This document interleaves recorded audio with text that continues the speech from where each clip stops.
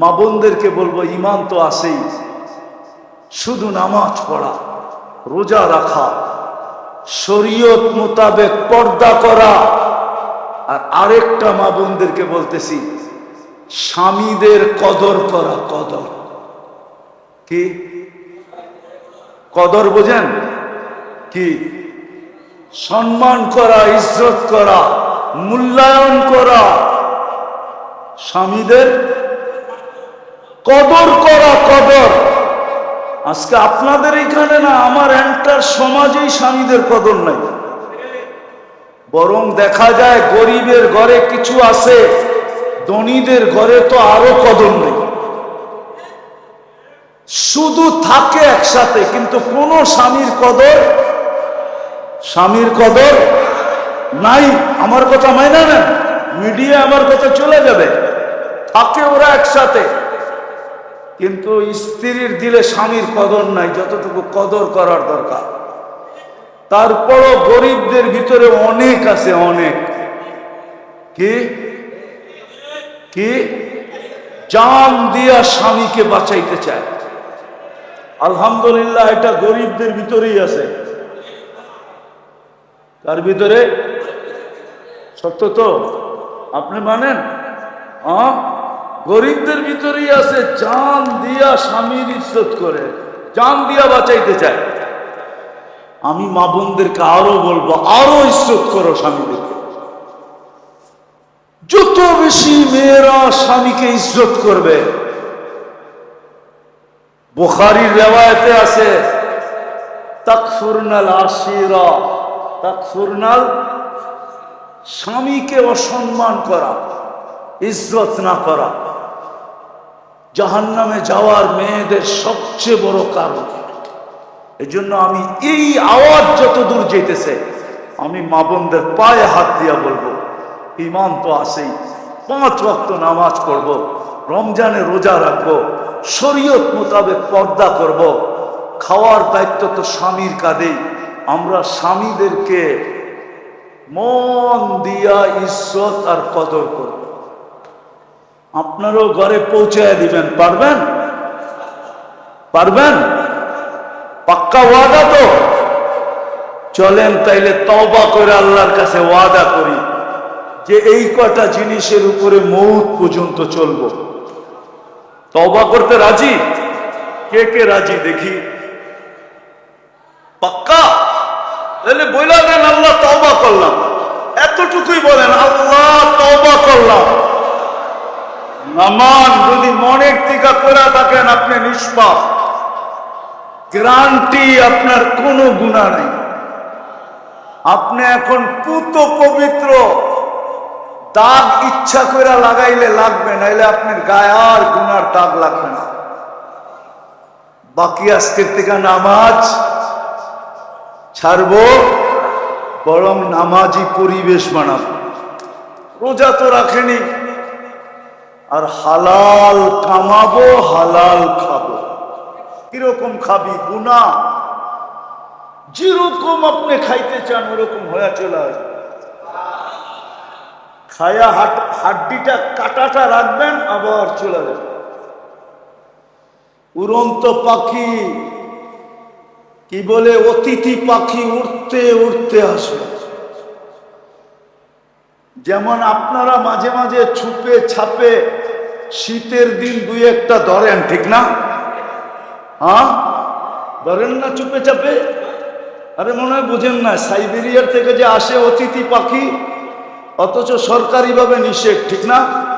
জান্নাতে ওই সৈকতে উঠতে উঠতে আসবে, আইসা প্রথম ডানা চাপটাবে, হাজারো আইটেমের খাওয়ান করবে, খাবে, তারপরে পরিচয় দিবে, আমি আমার গোশত কত মজা। খাবি? তারপরে যেইভাবে খাইতে চাবে ওইভাবে হয়ে আসবে, হাড্ডি রাখবে, আবার উড়া চলে যাবে জান্নাতে। তো ওইখানে সৈকতে যখন যাবে, ফুর্তি করবে, সুইমিং করবে, ফুর্তি করবে, খাবে। যখন ফিরে আসতে থাকবে, তো আল্লাহ একটা বাহির করে ছেড়ে দেবে। মনে হয় বোঝেন না? ডানা কাটা বোঝেন? হ্যাঁ, দুনিয়ারটার নাম ডানা কাটা। কেন জানেন? সারাদিন মানুষে দেখলে ডানা থাকে করতে গা, ঠিক না? কি মনে হয় বোঝেন নাই? জান্নাতেরটা কেউ দেখে নাই, না জিন, না ইনসান, না ফেরেশতা। আল্লাহ বানায় লুকায় রেখে দিয়েছে। যখন জান্নাতের দিকে ফিরতে থাকবে তো আল্লাহ লুকানের থেকে বের করে ছেড়ে দিবে। প্রত্যেকের সামনে একটা একটা চোখে চোখ পড়বে তো বুকে লাগবে আর বলবে আনা হুব্বুকা আনতা হুব্বি, আমি তোর ভালোবাসা, তুই আমার ভালোবাসা। লিমাযা আখারতা, এত দেরি করলি কেন? কবের থেকে তোর অপেক্ষায় বসে আছি। যুবক সকালে এক জায়গায় যাবে, বিকালে আর এক জায়গায় যাবে। প্রতিদিন ফেরেশতাদেরকে বলবে ইনতালিকু ইলা বাইদাজ, নিয়ে চলো আমাদেরকে সৈকতে। ওই জান্নাত বানায় রাখছে। হয় হয় জান্নাতের ভিতরে ঘোড়াও আছে, সুপার বাইক। কি কও যুবক? মনে তো চায় বাইক কিনতে, ঠিক না? কিন্তু কয়জনের কাছে আছে এটা? জান্নাতে সুপার বাইক রাখা আছে। ওয়ালাহু আজনিহাতান, দুটা টানা আলা, ইয়ারকাবুর রাকিব ওয়া ইউসিরু হাইসু ইয়াশা, চড়বে আর চোখের পলকে চলে যাবে। হ্যাঁ, জান্নাতে রাখা আছে, সুপার বাইক রাখা আছে। শুধু এইখানেই শেষ না, হাজারো নেয়ামত রাখা আছে। এই জন্যই তো সাহাবায়ে কেরাম পাগল হয়েছিলেন। ওই আরবের মানুষগুলা যারাও বাসমান ছিল, যাযাবরের মতো ছিল, এরাও পাগল হয়ে জান্নাতের পিছে দৌড়ানো শুরু করছে। আজকে নাম নিল আমরা রাদিয়াল্লাহু তাআলা আনহু করি। যারা দুনিয়া থেকে সুসংবাদ নিয়ে গেছে, কুল্লুন ওয়াদাল্লাহুল হুসনা, আল্লাহ বলে বন্ধু ওই পাগলগুলাকে বলে দেন না। যদিও সাহাবাদের সামনে এই কথাটা বলা শোভা পায় না, আখেরাতের পাগল। কেউ আবার ব্যাখ্যা করে ফেলবে সাহাবীদের সামনে গোস্তাকি করছে।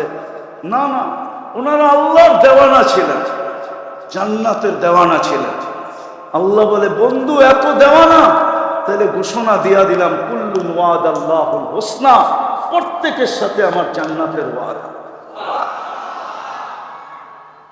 ওই জান্নাত মিলবে যদি আজকে মন চাহিকে কোরবান করতে পারি, ইচ্ছাকে কোরবান করতে পারি। ইচ্ছা স্বাধীনতা দিয়েছেন, যেমন খুশি তেমন চলতে পারি, কোনো বাধা দেওয়ার কারো ক্ষমতা নেই। আল্লাহ বাধা দিবে না, কিন্তু আল্লাহ বলে দিছে তোমার ইচ্ছা স্বাধীনতাকে তুমি লম্বা করতে হবে না। এই সমাজের জন্য বলতেছি, লম্বা করতে হবে না। পুরুষদেরকে বলতেছি 2 থেকে 4টা কাজ করেন, আমি আপনাদেরকে জান্নাত লেখা দিতে পারি। কয়টা? 3 থেকে। মা বোনদেরকেও বেশি বলবো না, হয়তো একটা বেশি বলবো। কয়টা? আর একটা বেশি নাও বলতে পারি, দেখি হাদিসে কি আছে। শুধু যদি 3 থেকে 4টা কাজ করতে পারেন, পারবেন?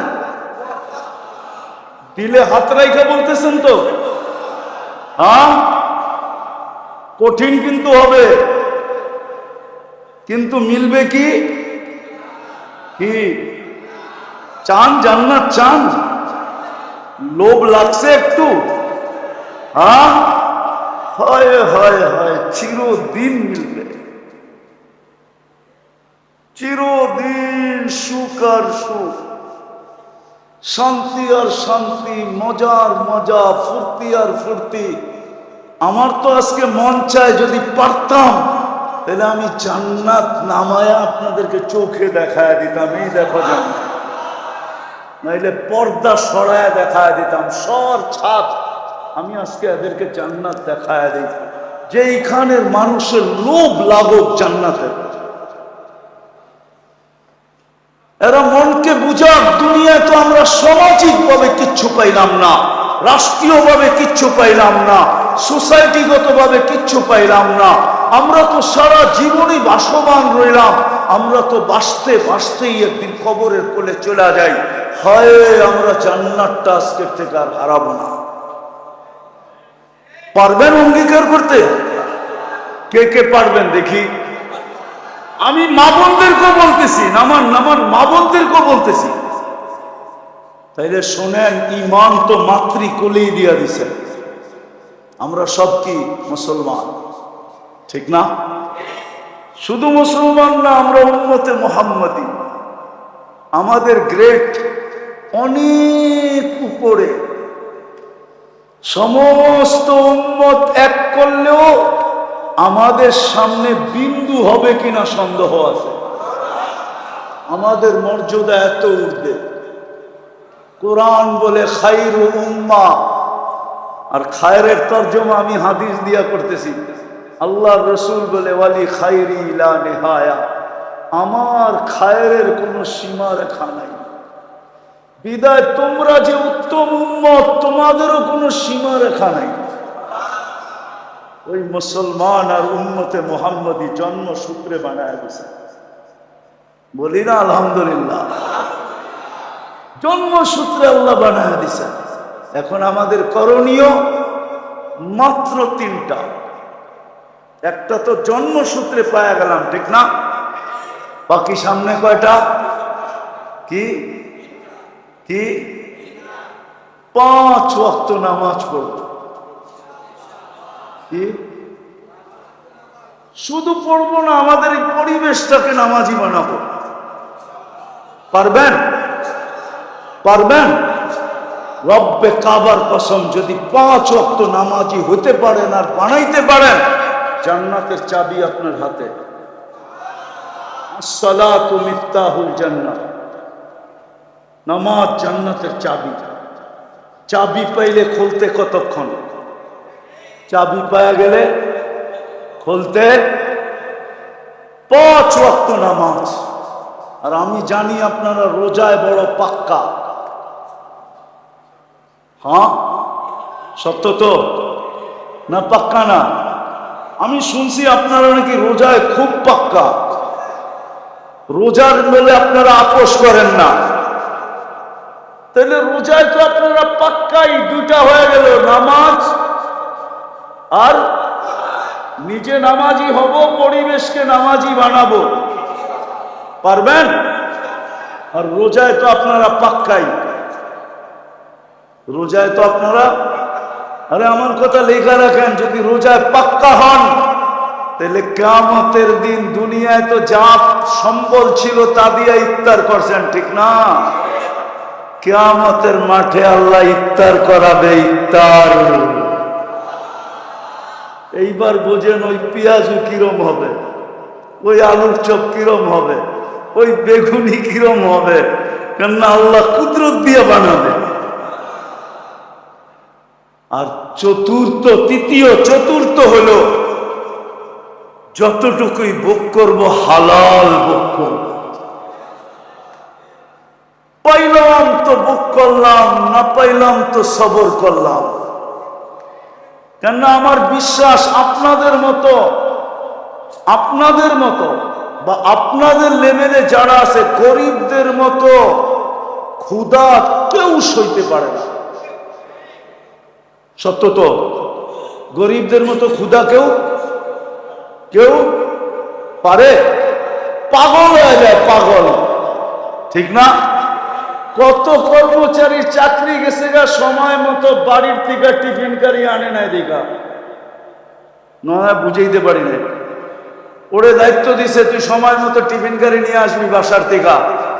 ও ভুলা গেছে, ঘন্টা 2 দেরি হয়ে গেছে, ও খিদায় পাগল হয়ে কর্মচারীর চাকরির থেকেই বাদ দিয়ে দিছে। তোরে দরকার নেই, চল। বোঝা গেল ও খিদা সইতে পারে না। কিন্তু গরিবরা খিদা সইতে পারে, ঠিক না? হ্যাঁ, এই জন্য মিলল তো খাইলাম, না মিলল তো না খাইলাম। সবর করলাম, মিলল তো হালাল খাইলাম, হারামে কোনোদিন হাত বাড়াইলাম না। পারবেন? হ্যাঁ, এটা মনে হয় একটু কষ্ট হবে, ঠিক না? না না না না না না, পাইলাম তো খাইলাম, না পাইলাম তো সবর করলাম। আল্লাহর রসুল গ্যারান্টি দিছে কিয়ামতের কঠোরতা তোমাদের কাছে আসবে না। লা ইউসিবুল জাই ইয়াউমাল কিয়ামাত ইন্না শিদ্দাতাল হিসাব লা ইউসিবুল জাই ইয়াউমাল কিয়ামাত। গরিবদের কাছে কিয়ামতের কঠোরতা আসবে না, আসবে না, আসবে না। আর মা বোনদেরকে একটা শুধু বেশি বলবো, জন্ম তো মুসলমানের ঘরেই, হ্যাঁ, একটা দুটাই মা বোনদেরকে বেশি বলবো। 5 ওয়াক্ত নামাজ আমি মা বোনদের পায়ে হাত রেখাবো, 5 ওয়াক্ত নামাজ পড়বো। আর রোজার চলন তো আপনাদের এখানে আছেই আছে, ঠিক না? হ্যাঁ, কেননা হালাল ভক্ষণের কথা মা বোনদের, কেননা মা বোনদের দায় দায়িত্ব হলো পুরুষদের কাঁধে। কার কাঁধে? কার কাঁধে? মা বোনরা তৃতীয় যেটা করবে সেটা হলো শরীয়ত মোতাবেক পর্দা করবে। পর্দা কি? আমি মা বোনদের পায়ে হাত দিয়ে বলি, এই সময় যেই মহিলা পর্দা করবে, খোদার কসম মরতে দেরি, জান্নাত পাইতে দেরি করবে না। একটু আগে বলি, ওকে প্রটোকল দিয়া ফেরেশতা নিয়ে যাবে। প্রটোকল দিয়া, প্রটোকল বোঝেন? আগে পিছে ফেরেশতা ওকে নিয়ে যাবে জান্নাতে, যদি শরীয়ত মতে পর্দা করে। আমরাও আমাদের স্ত্রী মেয়েদেরকে পর্দা করাই। এতটুক পারবেন না? এতটুকের বিনিময়ে চিরদিনের জান্নাত, সাজানো জান্নাত, যা চাবেন তা মিলবে, যা চোখে লাগবে তা মিলবে। মন চাহি জীবন আল্লাহ দিবে। এতটুকুর বিনিময়ে কসম খোদার, এর চেয়ে বেশি আপনাদের জন্য কিচ্ছু নেই। ঈমান তো মাতৃকোলে মিলা গেছে, নামাজ পড়া, রোজা রাখা আর হালাল ভক্ষণ করা। কি পাইলে খাইলাম, না পাইলে না পাইলে। আল্লাহ রসুল পেটে পাথর বাঁধতে পারছে, আপনি পারবেন না কেন? আল্লাহ রসুলের ঘরে মাসের পর মাস চুলা জ্বলে না, আপনি পারবেন না কেন?